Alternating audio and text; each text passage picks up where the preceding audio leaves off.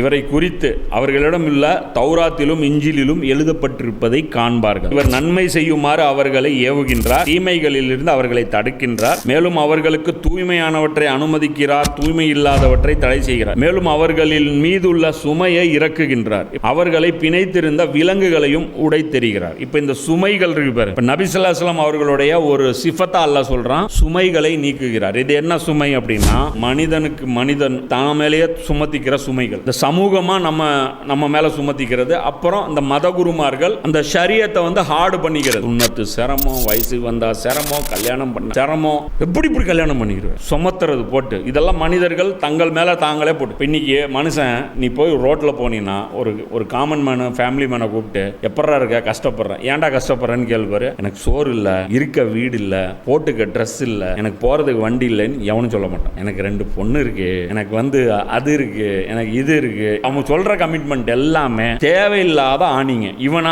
மேலே போட்டுக்கிட்டு இவனை சொன்னா 10 லட்ச ரூபா செலவு பண்ணி கல்யாணம் பண்ண சொல்லி, இத்தனை பவுன் போட சொல்லி சொசைட்டியில் பிரஷர். பையன் இருக்கான், பையனுக்கு பொண்ணு கிடைக்க மாட்டேங்குது. ஏன் கிடைக்க மாட்டேங்குது? இத்தனை பவுனுக்கு கீழே கட்ட மாட்டேன்னு இவன் முடிவா இருக்கு. தர்றதுக்கு அவன் தயாரா இல்ல. இன்னைக்கு சொசைட்டி வேற மாதிரி ஃபெமினிசம்ல மாறி போச்சு. அன்னைக்கு பொண்ணு வச்சுட்டு வாவான்னு கூவிட்டு இருந்தான், இன்னைக்கு பையனை வச்சுட்டு வாவான்னு கூவிட்டு இருக்கான். இதெல்லாம் மண்டையில போட்டு திணிச்சிடறான். ஸ்கூல்ல இதெல்லாமே உடைக்கிறாங்க. எதுக்காகவும் வாழாத, அல்லாவுக்காக வாழ. இது வரும்போது இந்த எல்லா உலகையும் உடைச்சிடும்.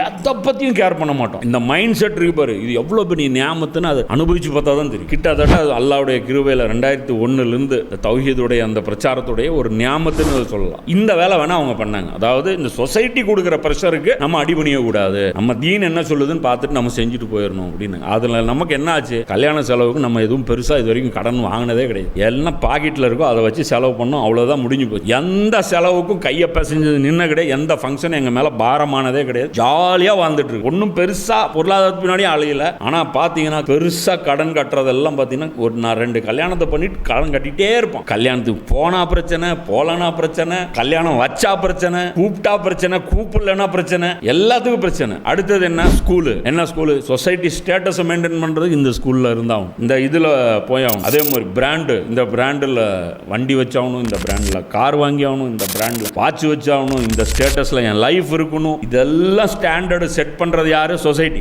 சொசைட்டியை செருப்பு எடுத்து அடிக்கும் பாருங்க, நீங்க நல்லா இருப்பீங்க. உனக்கு தேவையா செய், இந்த பிராண்ட் நல்லா இருக்குன்னு வாங்குறியா வாங்க, பிரச்சனை கிடையாது. ஆனா இந்த பிராண்டு போட்டா மதிப்புன்னு மட்டும் அந்த ட்ராப்ல சிக்கணும்னா இந்த மாதிரி வாழ்க்கையில எதை மதிக்கணும் எதை மதிக்க கூடாதுங்கிற அந்த வேல்யூஸ் நபி ஸல்லல்லாஹு அலைஹி வஸல்லம் அவர்கள் செட் பண்ணி கொடுக்குறாங்க. எது எனக்கு மதிப்பு தரக்கூடிய, என் தீன் தான் எனக்கு மதிப்பு.